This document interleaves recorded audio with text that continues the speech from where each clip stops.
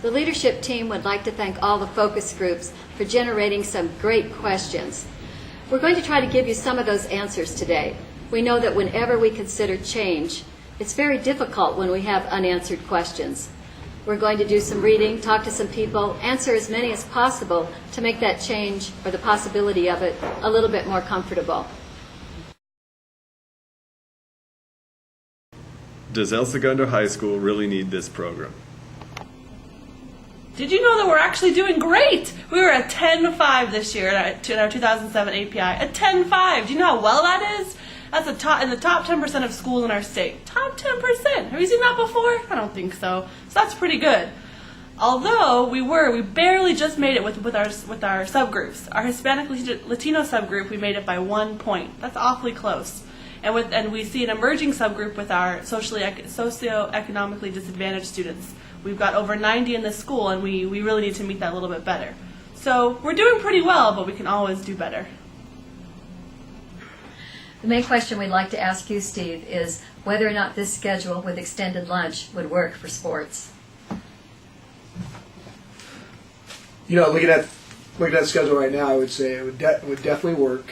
Most of the dismissal times are between 1:15 and 1:30 for their traveling program. So when they have a road trip, the intervention period would fall before that. So it shouldn't affect anything, and then they would go into sixth period, and then that would be their PE period. So there should be no conflicts for them when it comes to traveling time. So as I see it, it would be a benefit. I think a couple other things that really come out of that are that teachers could sign up to possibly help do supervision during lunch, which would help the administrative side of watching the campus during lunchtime. And I think the intramural sports potentially would take off with a longer lunch, that we could incorporate more activities into the lunch period. So I think it's a beneficial opportunity if we look to go that way.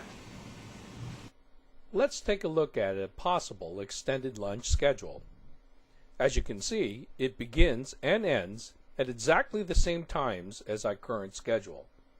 Classes would be 50 minutes in length, except for period 2, which would be longer to accommodate announcements, the bulletin, such as it is now. Passing periods would be 6 minutes instead of 7. Snack and regular lunch would be exactly the same number of minutes. However, when the bell rings after 5th period, those students earning an extended lunch would be free to go to lunch, while those participating in an intervention would go to that intervention class. The intervention classes would last for 25 minutes, followed by the regular half-hour lunch to be enjoyed by everyone.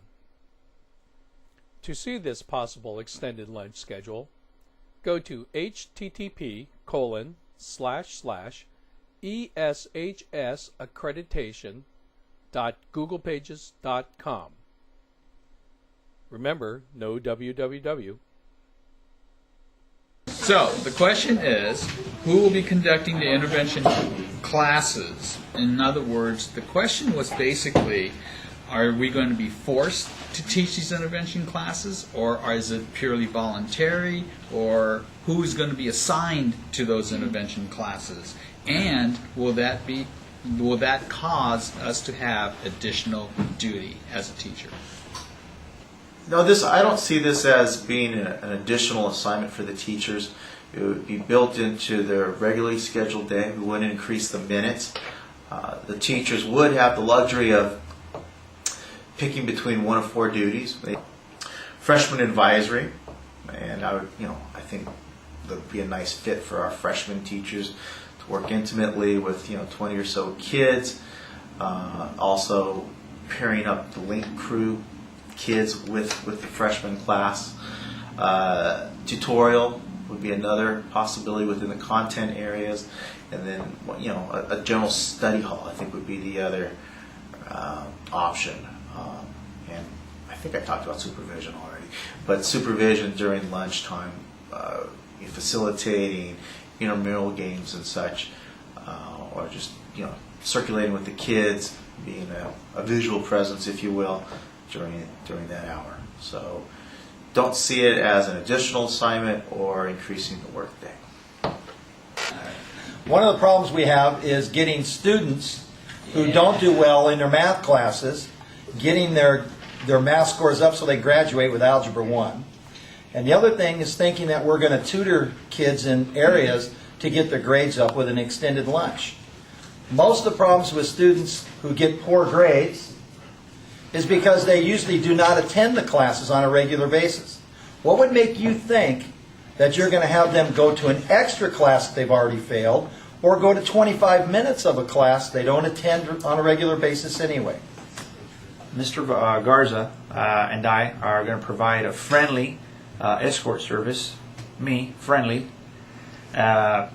Pick these certain individuals up from their classes during 5th period. So I will do the escort service, again, friendly escort service to the kids, and I will escort them into their tutorial class that they need to go to. So that's the way we're going to rectify that situation. Hopefully he won't be using me, but there's some kids who are probably going to need a friendly, smiley escort. So that's where I come in. And go Eagles! Okay, my question is one that I've asked before, but it's related to staffing. Who is actually going to do the scheduling? Who's going to follow up if the kids don't attend and that type of thing? Do we have the manpower to get this running smoothly? Okay. I think Jack asked a valid question. We will not have budget to hire additional people to help us facilitate this reassigning for the intervention period for the extended lunch.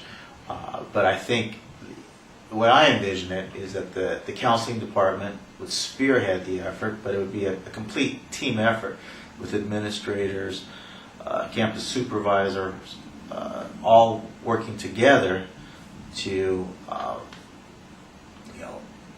develop the class rosters for the extended lunch every 6-week period.